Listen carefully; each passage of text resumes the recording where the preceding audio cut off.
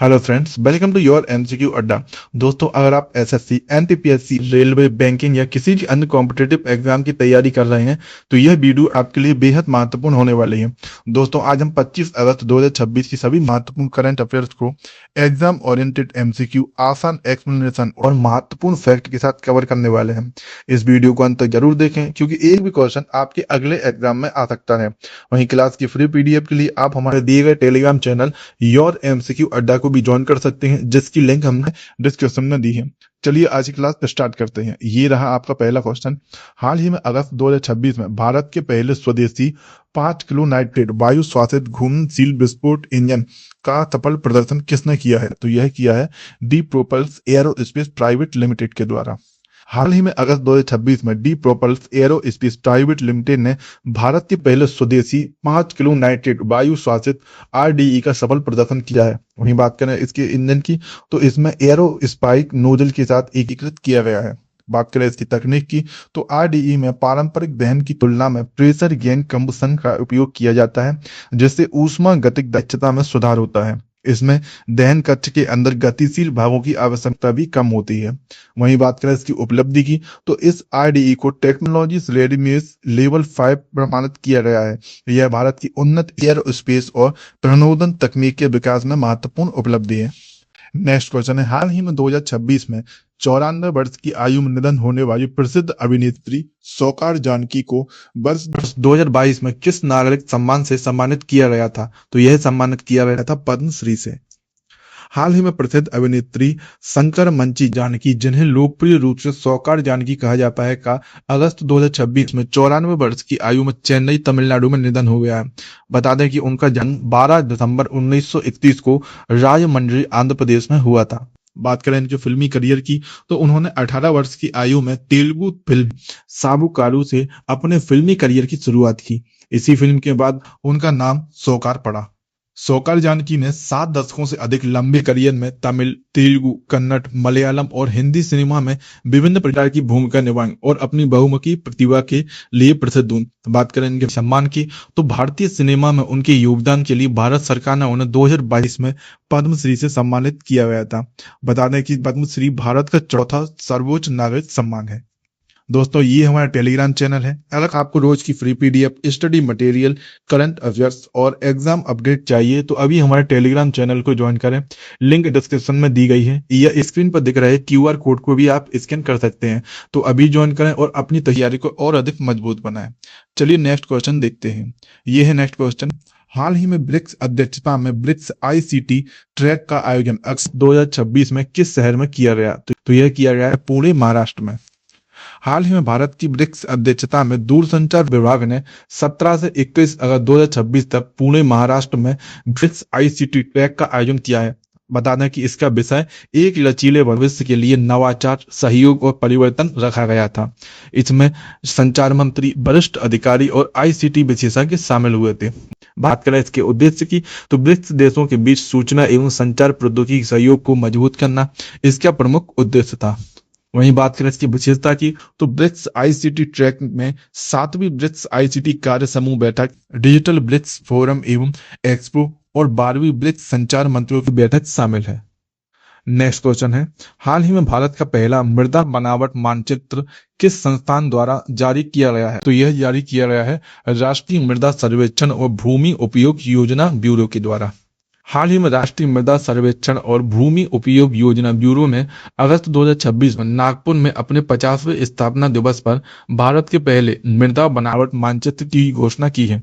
बता दें कि यह मानचित्र जुलाई 2026 में जारी किया गया था और हेक्टेयर स्तर पर मृदा संबंधी जानकारी उपलब्ध कराता है। बात करें इसके उद्देश्य की तो मानचित्र का उद्देश्य किसानों को फसल चयन, सिंचाई योजना और भूमि उपयोग संबंधी स्थान विशिष्ट निर्माण लेने में सहायता करता है। बात करें इसकी विशेषता की तो मृदा बनावट मिट्टी में रेत, गाद और चिकनी मृदा के अनुपात को दर्शाती है, जो जल धारण क्षमता और जल निकासी को प्रभावित करती है। नेक्स्ट क्वेश्चन है, हाल ही में ओडिया कवि आशुतोष परिदा को वर्ष 2026 में किस साहित्यिक पुरस्कार के लिए चुना गया है? तो यह चुना गया है सरला पुरस्कार के लिए। हाल ही में प्रसिद्ध ओडिया कवि, निबंधकार और पूर्व वैज्ञानिक आशुतोष परिदा को उनकी कविता संग्रह विश्वास दे पृथ्वी 2024 के लिए 47वें सरला पुरस्कार हेतु चुना गया है। यह पुरस्कार उड़िया साहित्य में उत्कृष्ट योगदान के लिए दिया जाता है और बता दें कि वर्ष 2026 का यह समारोह 25 अक्टूबर को भुवनेश्वर में आयोजित किया जाएगा। बात करें इसके उद्देश्य की, तो सरला पुरस्कार का उद्देश्य ओडिया भाषा और साहित्य में महत्वपूर्ण रचनात्मक योगदान को सम्मानित करना तथा उनकी उत्कृष्ट साहित्यिक कृतियों को प्रोत्साहित करना है। इसकी स्थापना 1980 में हुई थी और इसे Indian metals public charitable trust द्वारा प्रदान किया जाता है। बात करें इसकी विशेषता की, तो सरला पुरस्कार के विजेता को 7 लाख नकद, प्रशस्ति पत्र और तांबे की पट्टिका प्रदान की जाती है। हम बता दें कि आशुतोष परिदा को यह सम्मान उनकी वर्ष 2024 में प्रकाशित कविता संग्रह विश्वास दे पृथ्वी के लिए दिया जाएगा।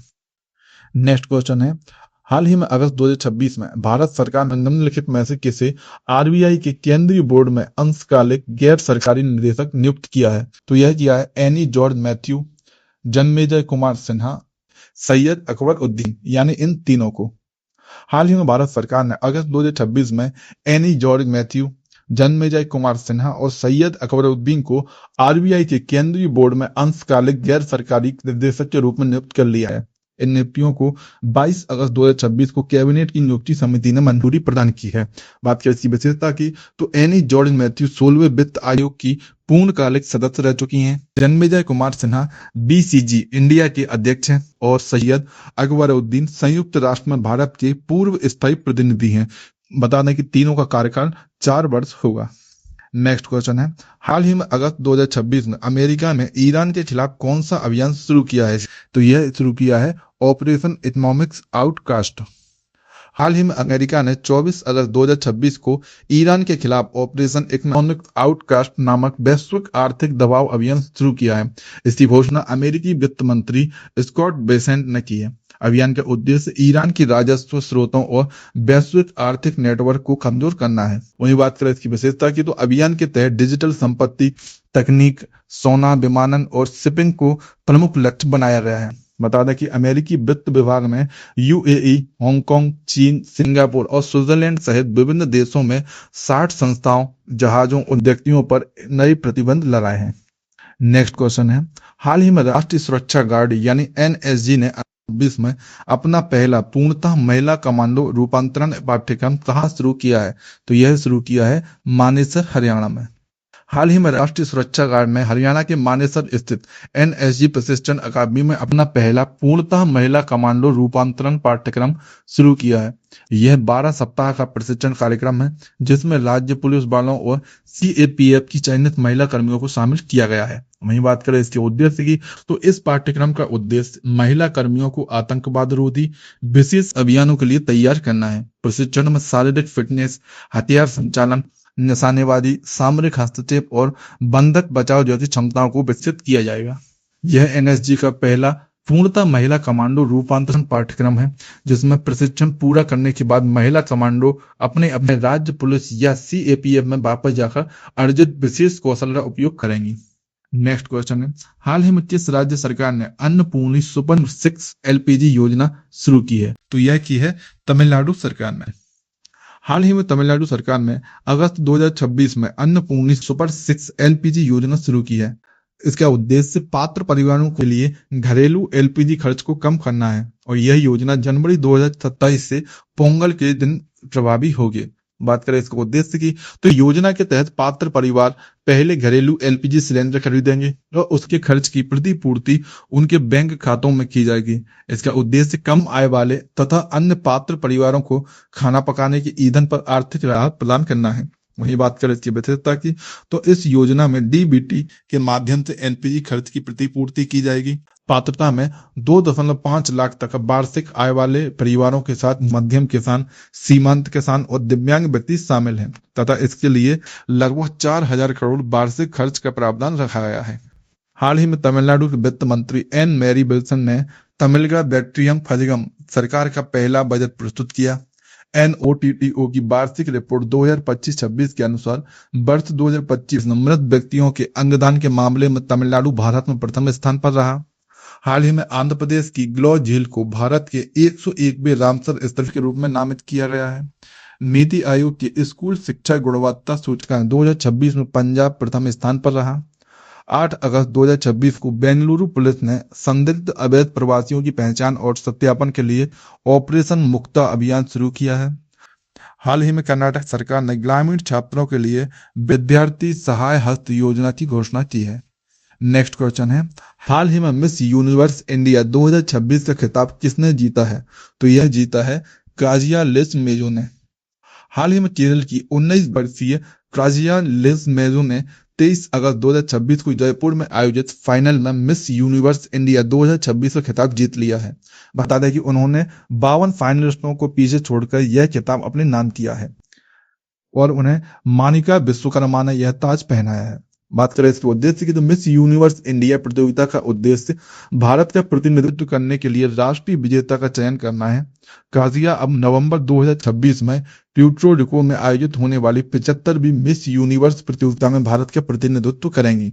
वहीं बात करें इसकी विशेषता की, तो काजिया लिसमेजो ने लगभग 3 वर्षों की तैयारी के बाद यह उपलब्धि हासिल की है। प्रतियोगिता में वैष्णवी गणेश प्रथम उपविजेता रही। Anushree Satwalekar second runner up रही और तेजस्वी श्रीवास्तव ने तीसरा रनर अप हासिल किया। दोस्तों, आज की क्लास में बस इतना ही। आज की क्लास में हमने 25 अगस्त 2026 की सभी महत्वपूर्ण करंट अफेयर्स को एग्जाम ओरिएंटेड एमसीक्यूज के साथ कवर किया है। अगर आपको क्लास पसंद आई हो तो वीडियो को लाइक, शेयर एवं सब्सक्राइब करना ना भूलें एवं कमेंट बॉक्स में हमें जरूर बताएं कि आपको क्लास कैसी लगी हो। क्लास की फ्री पीडीएफ के लिए आप हमारे दिए गए टेलीग्राम चैनल को भी ज्वाइन कर सकते हैं, जिसकी लिंक हमने डिस्क्रिप्शन में दी है। जय हिंद, जय भारत।